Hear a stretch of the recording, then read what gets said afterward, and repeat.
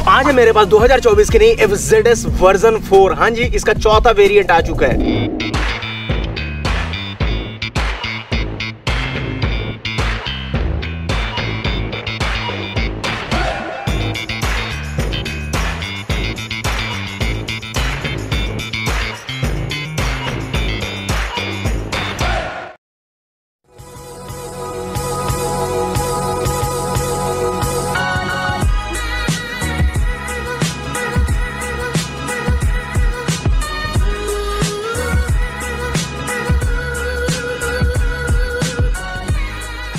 तो ये जो FZS वर्जन 4 है, इसमें अब एक बहुत ही बड़ा चीज आप नोटिस करोगे, वो कि ये भाई साहब का कलर। तो इस कलर के कारण ये वर्जन 4 है, जितना मुझे अभी तक समझ में आया, क्योंकि ये आता है दो वेरिएंट में। एक आता है स्टैंडर्ड वेरिएंट और दूसरा आता है डीलक्स वेरिएंट। और स्टैंडर्ड और डीलक्स में क्या डिफरेंस है पता है? सिर्फ कलर का। आपको डीलक्स में दो कलर एक्स्ट्रा मिलता है, जैसे ये भाई साहब जो एक काइंड ऑफ अतरंगी बट बहुत ही कूल आपको ऑलिव ग्रीन यानी कि मिलिट्री ग्रीन कलर में मिलते हैं। साथ में नियॉन ग्रीन आपके रिम के साथ। तो इनके लिए आपको पे करना पड़ता है 1,57,476 हमारे कोलकाता में ऑन रोड प्राइस। वहीं पर अगर आप स्टैंडर्ड वेरिएंट पे जाते हो तो उसका प्राइस है 1,56,912 रुपये, मतलब सिर्फ 500 रुपये कम।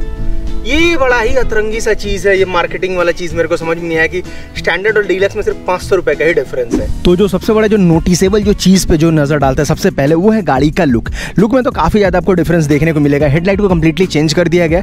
आप सामने देखोगे आपको एक DRL देखने को मिलता है, और ये पूरा LED का पूरा सेटअप मिलता है। DRL भी इसका LED मिलता है, इंडिकेटर भी इसका LED मिलता है, इवन इसका हेडलैम्प LED आपको देखने को मिलता है। इवन अगर आप टैंक की तरफ आओगे तो आपको कूल सा एक ट्रैंक श्राउड जो दिया गया है, जो कि एयर वेंट की तरह काम करता है। मतलब यहाँ से जो हवा सीधे छन के घुस के सीधे एकदम इंजन पे आता है, सो दैट आपका इंजन थोड़ा ज्यादा जल्दी कूल हो सके। तो ये एक अच्छा टेक्नोलॉजिकल इसमें आपको चीज देखने को मिलता है, जिसको एकदम क्रोम प्लेट के साथ रखा गया है। कि इस मैट फिनिश वाले कलर के साथ नहीं, क्रोम सीरियसली मुझे पर्सनली बहुत अच्छा लग रहा है, क्योंकि इसका जो सॉकर्स है वो पूरा आपका देख रहे हो पूरा क्रोम फिनिश है। ऐसा जनरली आपको मिलता नहीं है, बहुत कम गाड़ी में आप देखोगे अभी कोई क्रोम डाल रहा है, वो लोग डायरेक्टली पूरा मैट करके गोल्डन डाल देते हैं। बट इसमें बड़ा अच्छा लगा मुझे कि यहाँ पे ये पूरा क्रोम मिलता है, इस क्रोम के साथ ये मैच कर रहा है। कलर आप देखोगे तो कलर पूरा एकदम प्रीमियम क्वालिटी का मैट फिनिश में आपको देखने को मिलता है, ऑलिव ग्रीन यानी कि आर्मी ग्रीन। वहीं पर टैंक पे अगर हम बीच वाला हिस्सा देखोगे तो इस पे ब्लैक कलर का एक मोटा सा एक अलग सा एक डाला गया है, इसको क्या बोल सकते हैं, मतलब इसका डिजाइन है। और यहीं पे इसका आपको की होल्डर मिल जाता है, मतलब बेसिकली इग्निशन वाला एरिया। और अगर आप साइड में आओगे तो पूरे प्रोफाइल को आप अगर देखोगे ध्यान से, तो पूरा मैट ब्लैक पे रखा गया है, पूरा मैट फिनिश पे। जिधर भी जाओ साइनी पार्ट आपको कहीं नहीं मिलेगा। इवन इधर आप जो सिल्वरी हिस्सा भी देखोगे वो भी पूरा मैट में रखा गया है। सो ये कमाल का एक कलर कॉम्बिनेशन इसमें दिया गया है, जो कि मुझे पर्सनली बहुत अच्छा लगा, क्योंकि जनरली ऐसा गाड़ियों में देखने को नहीं मिलता है। और अभी जो मैं भैया जी का मैं तारीफ कर रहा हूँ, गाड़ी का ऐसा है, गाड़ी का वैसा है। एक चीज है गाड़ी में बड़ा गंदा है कि उसका बिल्ड क्वालिटी, मैं सच बता रहा हूँ, आप उसे देखोगे तो आप समझोगे मैं किस चीज के मैं बात कर रहा हूँ। ये जो पहला आप ये टैंक वाला हिस्सा देखोगे ना, मेरा हाथ पड़ा, देखो इसमें क्या होगा। ये देखो, ये मैंने अभी तक किसी भी गाड़ी में ऐसा नहीं देखा है। अब भले ही ये फाइबर का है, ये टैंक के ऊपर का कवर है, बट ये ऐसा होगा, ये अनबिलीवेबल है। मैंने अभी तक किसी भी गाड़ी में ऐसा नहीं देखा है कि ये पूरा ऐसा दब रहा है। और सिर्फ यहाँ पे नहीं, जब यहाँ पे ये जो इंजन वाला जो श्राउड है ना, आप यहाँ पे आओगे तो आप यहाँ पे एक बहुत बड़ा डिफरेंस आपको दिखेगा। ये देखो भाई, ये क्या चीज है। अब इसमें बहुत सारे लोग बोल सकते हैं कि भैया ये लचीला है, मतलब बहुत ज्यादा फ्लेक्सिबल है, बट यार ऐसा नहीं होना चाहिए। फ्लेक्सिबिलिटी का मतलब ये नहीं। ये देखो, ये मुझे समझ में नहीं आया कि ये क्या चीज है यामाहा जैसे कंपनी के लिए। और खास करके जब लास्ट वाले ब्लॉग में आप देखोगे पिछले वाले रिव्यू में, मैंने MT-15 का मैंने रिव्यू करा था, जिसका भाई बिल्ड क्वालिटी क्या चुम्मा था, उसी यामाहा ने ये बनाया है 1.5 लाख का। और ये सिर्फ वहीं पे खत्म नहीं हो रहा। आपने कभी आज तक नहीं देखा होगा कि जो एग्जॉस्ट का ऊपर का जो मफलर होता है, मतलब ये वाला हिस्सा फाइबर का, हाँ जी लेजिट ये फाइबर है। मैंने इससे पहले हर गाड़ी में देखा है मेटल का होता है, बट इसमें फाइबर दिया गया है। न जाने ऐसा क्यों, मतलब ये किस लेवल का भाई कॉस्ट कटिंग है कि गाड़ी को आपने ऐसा बना दिया है। अब है तो अगर भाई साहब के कुछ पॉजिटिव चीजों के बारे में बात करें, जो सबसे पहले मैं स्टार्ट करूंगा गाड़ी के इंजन से। तो इन भाई साहब में आपको देखने को मिलता है 149 सीसी का इंजन। ये R15 MT-15 वाला 155 सीसी का जो VVA वाला जो इंजन है वो नहीं है, ये नॉर्मल 150 सीसी का इंजन है। बट इसमें जो सबसे मेरे को पॉजिटिव जो अच्छा चीज ये लगा कि ये गाड़ी भाई 60 kmpl का माइलेज आपको देती है। हाँ जी, 60 किलोमीटर पर लीटर का माइलेज देती है। उसका रीजन ये है कि इसका पावर नॉर्मल यामाहा का जो होना चाहिए ना, जो 150 सीसी वाला, उससे काफी इसमें कम आपको पावर देखने को मिलता है, जो कि है 12.2 12.2 bhp का पावर, मतलब सिर्फ 12.2 घोड़ा शक्ति, वो भी 13.3 Nm पीक टॉर्क के साथ। हाँ, तो उतना ज़्यादा नहीं है बट उतना बुरा भी नहीं है। टॉर्क इतना बुरा भी नहीं है भैया, 13.3 Nm को आप कम मत समझो।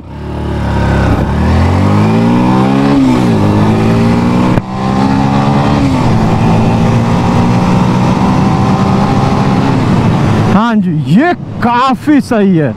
मतलब असल में ये चीज़ आप वो फील होगा। हाँ, आप अगर R15 आप चला रहे हो, आप चाहे आपका आपने चलाया है MT-15, तो वो वाला आपको फील ये गाड़ी नहीं देने वाला है, क्योंकि ये उसके लिए बना ही नहीं है। बट हाँ, इतना इसमें टॉर्क तो है कि आप सिटी के जब हैजल से निकलोगे, आप ट्रैफिक सिग्नल से निकलोगे, तो आप तेज़ निकल सको। और अभी नया है ना, तो नया में उतना तेज़ जाता नहीं है। जैसे जैसे जो पहला सर्विस कंप्लीट होगा, मेन गाड़ी का जो मेन जो पोटेंशियल निकल के आता है 5000 किलोमीटर होने के बाद। सो ये बड़ा अच्छा है। और ऊपर से दूसरा ये देखो कि इसका टर्निंग रेडियस बहुत सही है। मैं आराम से इस सड़क पर देखो, आराम से मैं इसे घुमा सकता हूँ। मतलब ऑलमोस्ट जीरो है टर्निंग रेडियस, कि इस रोड के बीच में मैं गोल गोल करके घूम सकता हूँ।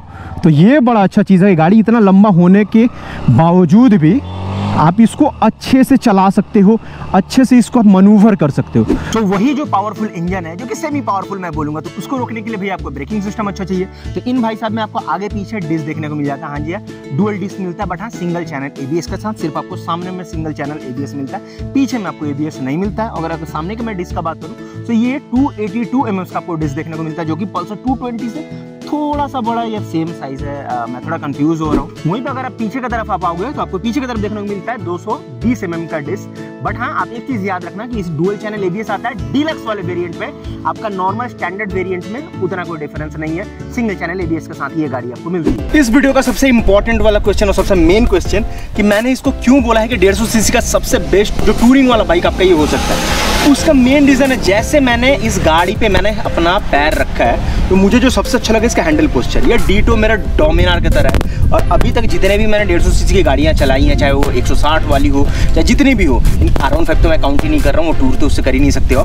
जितनी भी जो कम्यूटर सेगमेंट की जितनी भी मैंने गाड़ियाँ मैंने चलाई हैं, किसी का भी हैंडल इतना खूबसूरत है ही नहीं। और सबसे मुझे अच्छा लगा मेरा बैक पोर्शन, ये कंप्लीटली स्ट्रेट है, उसके साथ इसका सीट है वो सॉफ्ट है, और मेरा घुटना ज़्यादा मुड़ता नहीं है। सो पहले ही मेरा जो फर्स्ट जो मेरा थॉट था भाई, ये प्रॉपर एक टूरिंग मशीन है जो 150 सीसी में गाड़ी आपको जो दे रही है। क्योंकि इसका हैंडल कैसा, अगर किसी ने यामाहा चलाया है बहुत ज़्यादा, फेजर निकाला था, आज भी है, वो FZ25 नाम से है, FZ2.5 या FZ25 नाम से। तो फेजर यामाहा ने बहुत पहले निकाला था, जब टूरिंग कल्चर हुआ ही नहीं करता था, तब टूरिंग बाइक निकाला था।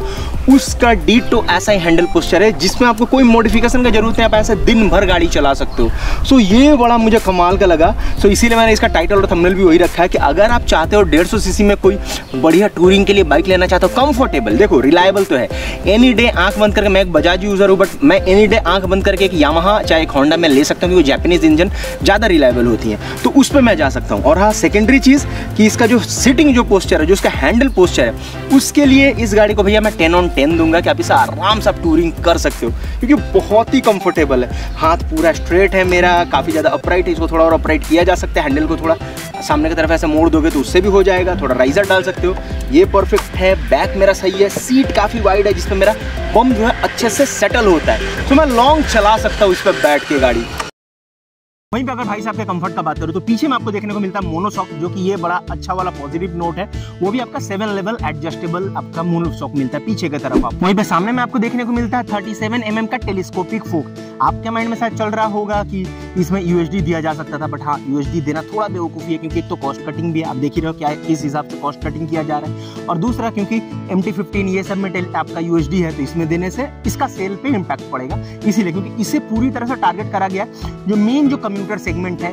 MT-15 तो नए लड़कों को टारगेट करा गया, ये करा गया कि जो घर के जो थोड़े बड़े हैं, जो आपके चाचा हुए, बड़े भाई हुए, जो ऑफिस रेगुलर जाना चाहते हैं, ये ऑफिस मेन टारगेट है कि होंडा साइन जैसी गाड़ियों को ये टक्कर दे। तो उसके लिए इसे डिजाइन करा गया। तो इसमें ज्यादा कुछ फंकी सा कुछ नहीं दिया गया, मेन परफॉर्मेंस पे ध्यान दिया गया। अब क्योंकि इसका मेन टारगेट है कि ऑफिस जाने वालों के लिए है, तो बहुत सारे हैं तो ऑफिस जाते सिर्फ नॉर्मल ऑफिस नहीं जाते हैं, वो फील्ड वर्क करते हैं, लाइक लोन डिपार्टमेंट में हो चाहे डिलीवरी में जो भी हो, तो जिसके लिए सीट को काफी ज्यादा वाइड रखा गया ताकि उनको कंफर्ट मिले। उसके साथ काफी लॉन्ग रखा गया, क्योंकि जो ऑफिस जा रहा है फैमिली मैन है, तो अपने परिवार को आराम से बिठा सके। सो अगर आप MT-15 लेने का सोच रहे हो आपकी फैमिली को लेके, मत जाओ, इस गाड़ी को लो, आप यहाँ पे आ सकते हो। उसके साथ साथ इसका जो टैंक कैपेसिटी आपको मिलता है 13 लीटर्स का मिलता है, 13 लीटर्स का, यानी कि 60 का माइलेज के हिसाब से 690 किलोमीटर जाएगा ये गाड़ी है, ऐसा है।